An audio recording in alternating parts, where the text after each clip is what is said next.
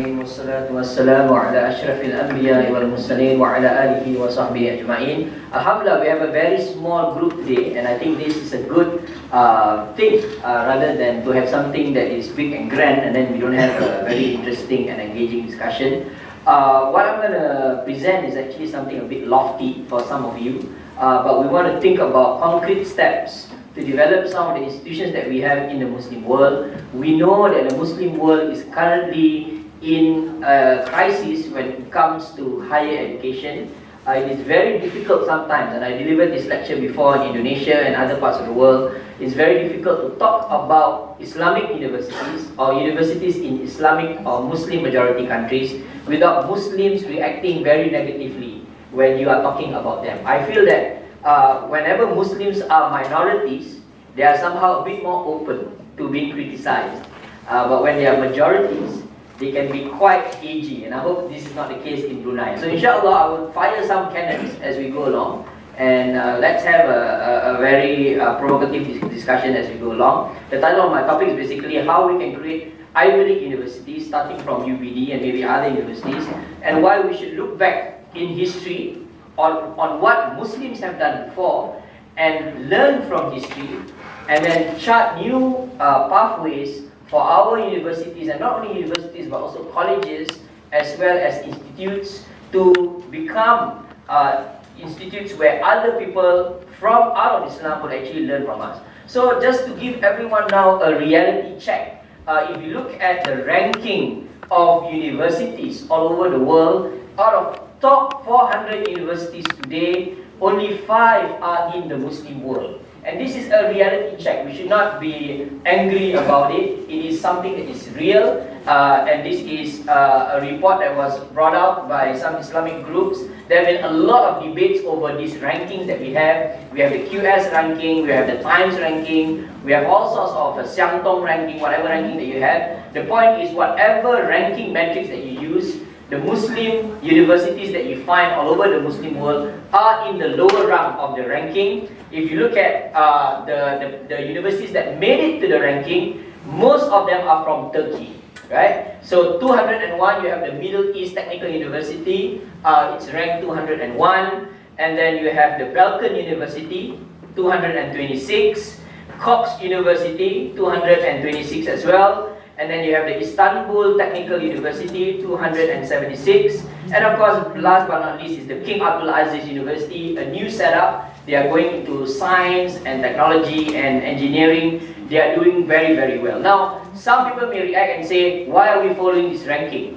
Our Al-Azhar, our Khairudin, and other universities that we have all over the world, they are good universities producing powerful scholars. We don't care about this ranking. Well, lo and behold, if you actually look at other matrices, such as the number of scientific papers that have been published all over the world, especially if you look at this diagram, the country that has been publishing the highest or largest number of research papers in any given science, we're not only talking about pure science, we're also talking about social science and the humanities, is currently Spain. Maybe that explains why they play good soccer at the same time. And of course, the country that has the worst number of research paper published is a Muslim country, Bahrain, of course Syria, because it's such in a crisis right now, followed by Senegal, Iraq, Qatar, the place that we go to fly, but it's actually one of the worst countries when it comes to publishing. And of course, within this range, Israel is actually at the very top. A lot of criticisms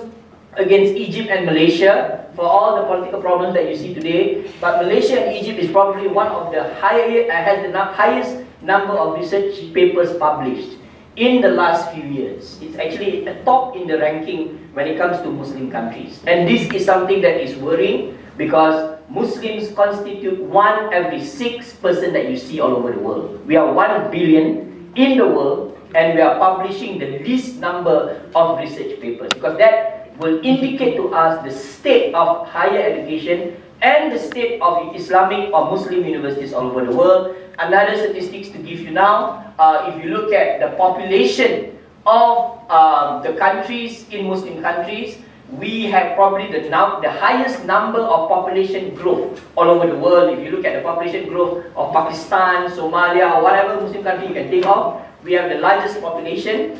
but the research expenditure that we have every single year is probably the lowest. 2.6% of the country's budget are actually spent on research. So little wonder that we are still dependent on Japan, Korea, Taiwan, China, and of course the US for handphone technology. Because even though Pakistan may be a huge Muslim country, they cannot even produce a handphone. And this is why, this explains why we are so poor. Even when it comes to patents, we only have 1.6% of the world's patents, and of course 6% of the entire publications all over the world. And this is a statistics given of OIC countries.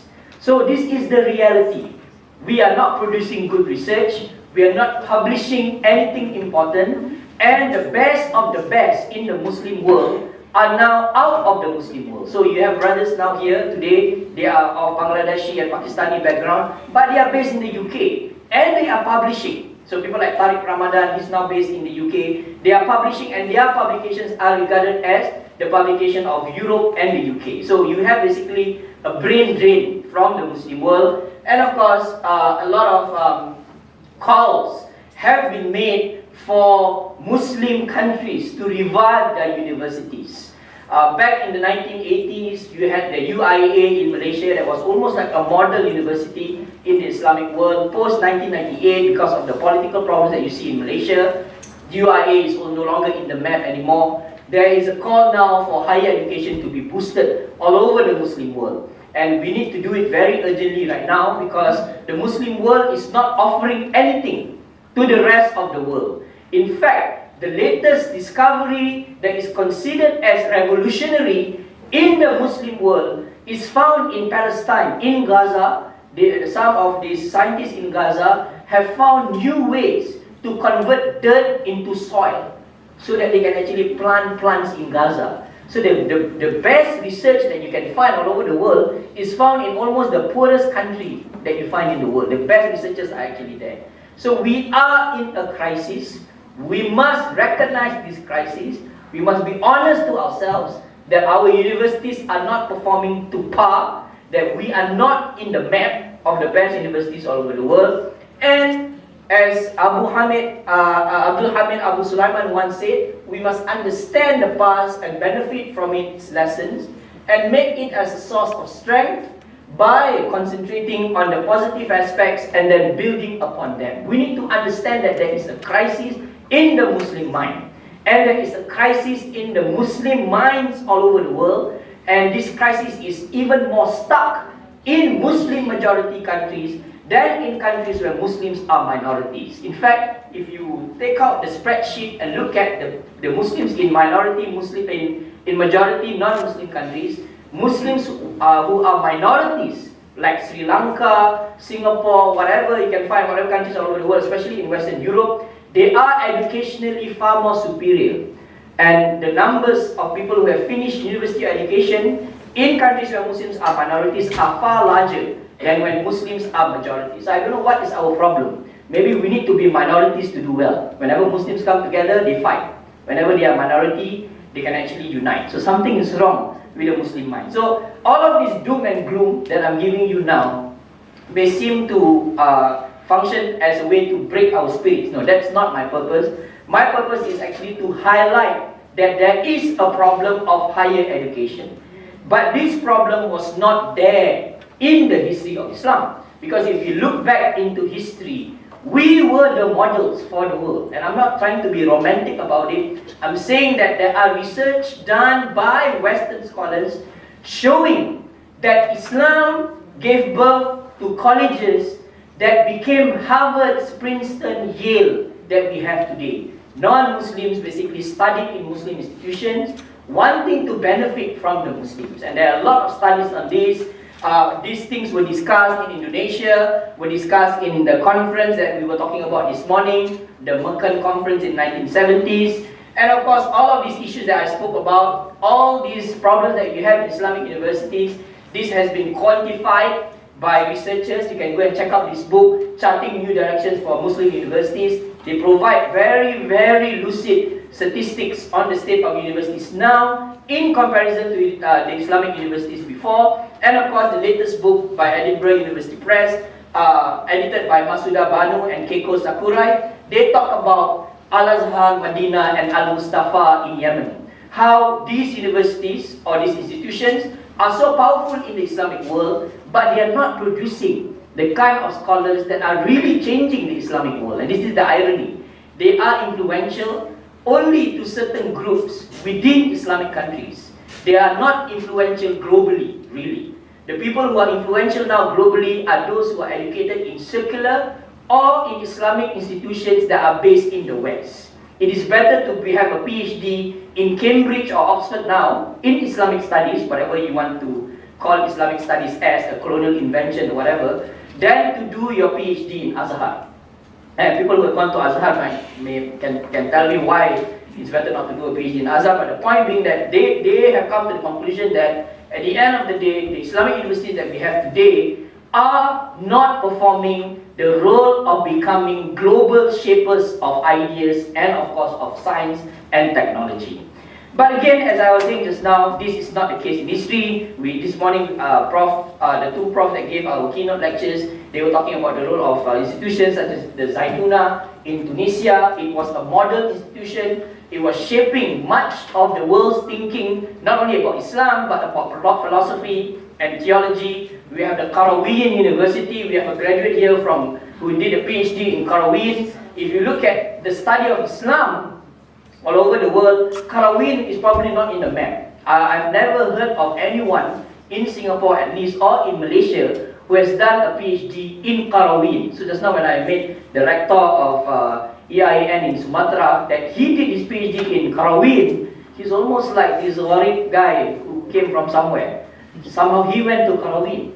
But Khairudin was the model for the Islamic world, much forgotten, very underrated, and not even looked at by people who want to pursue higher studies. Of course, we have the Al-Azhar, and we have the Nizamiya in Baghdad, and then we have the Cordova. Every time when you talk about the glory of Islam, we talk about the Cordova. And of course, in India, you have the Farangi Mahal Lucknow, in India, Darul Ulum, Deobandi, and so on and so forth and so forth. Now, we need to ask the basic question.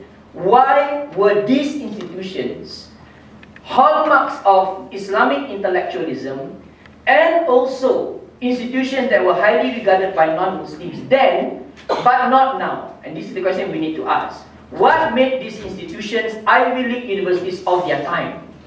And why are these universities now not even in the map? We need to ask this very powerful and painful question.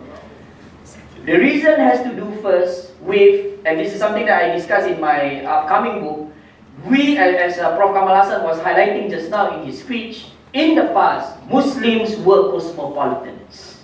They accepted knowledge from everywhere, and they learned from everyone. So we have this divide now between cosmopolitanism and parochialism.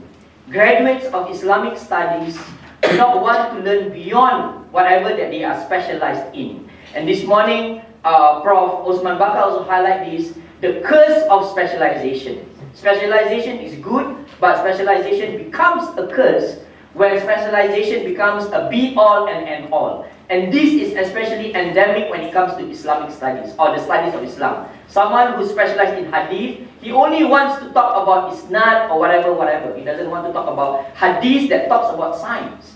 He doesn't want to talk about hadith that talks about ecology, or hadith that talk about ethics.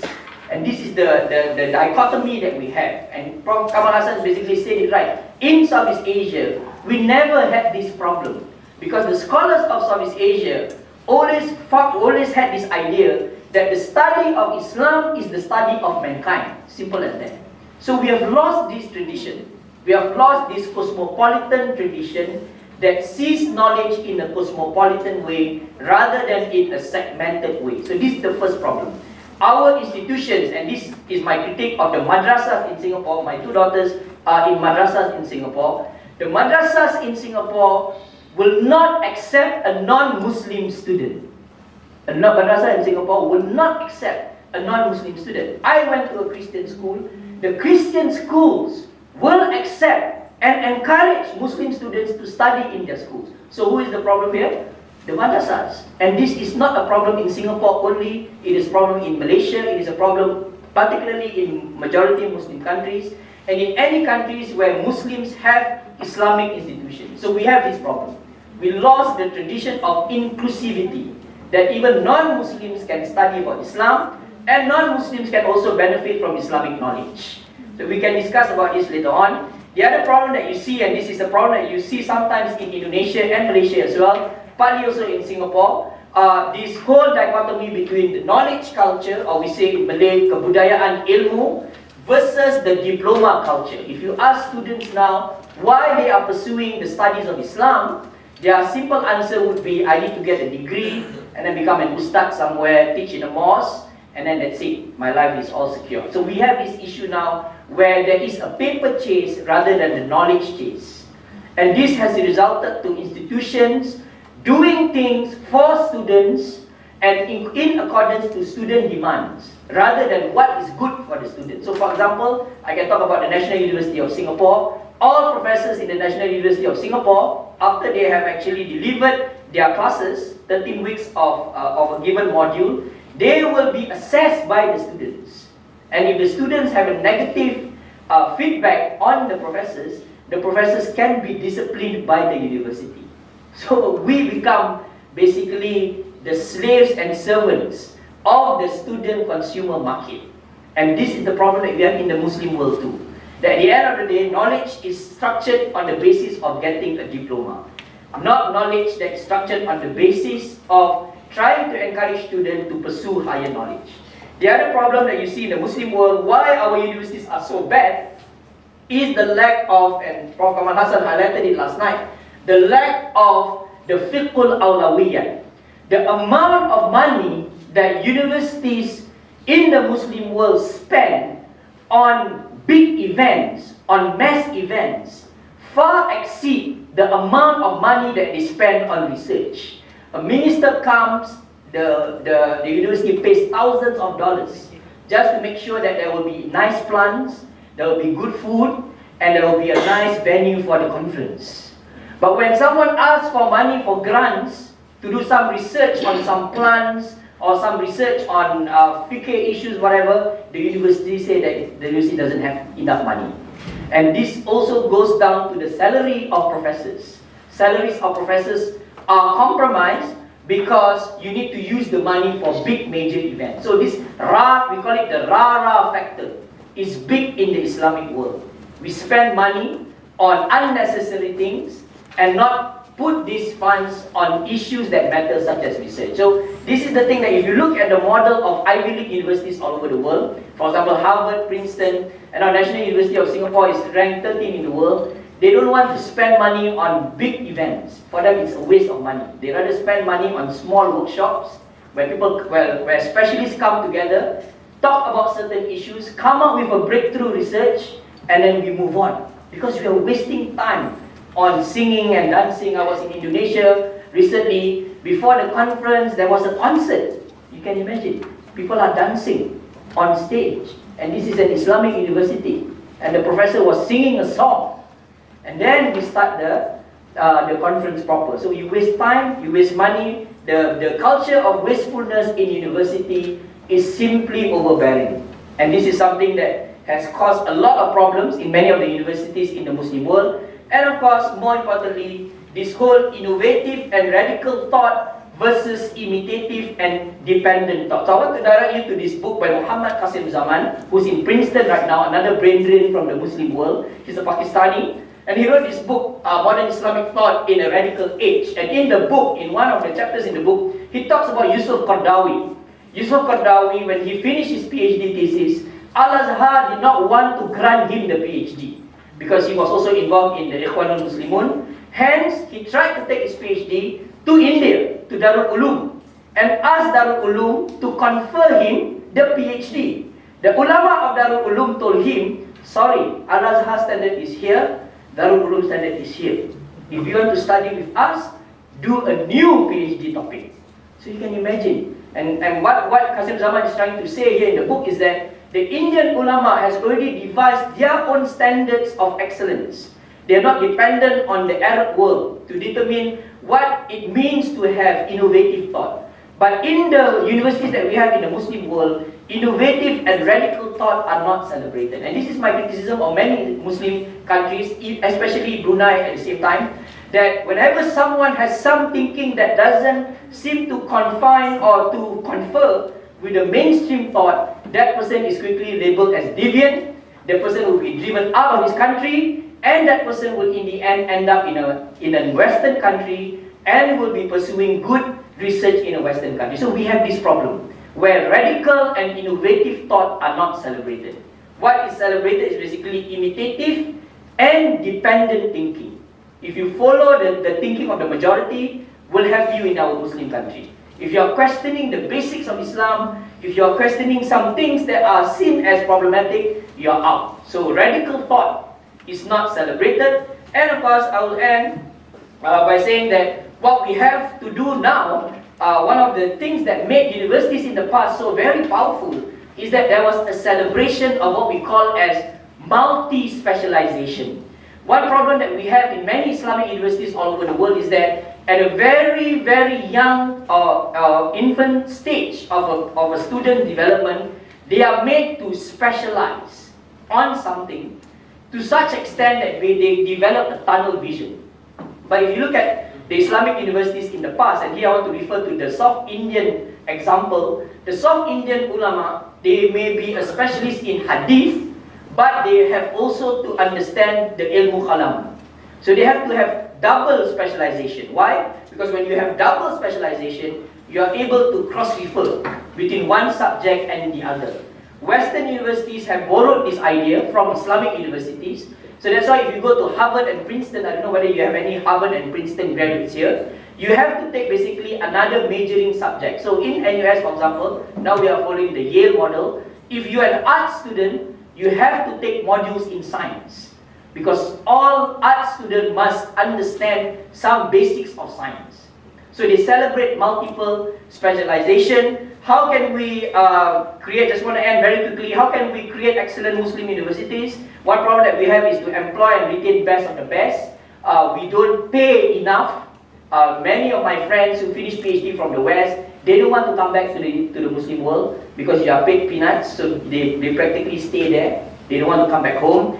We need a vibrant postgraduate community. We don't have that. The PhD, and this is something that I want to, just now, the brothers from Turkey just came in and I was talking about Turkey just now.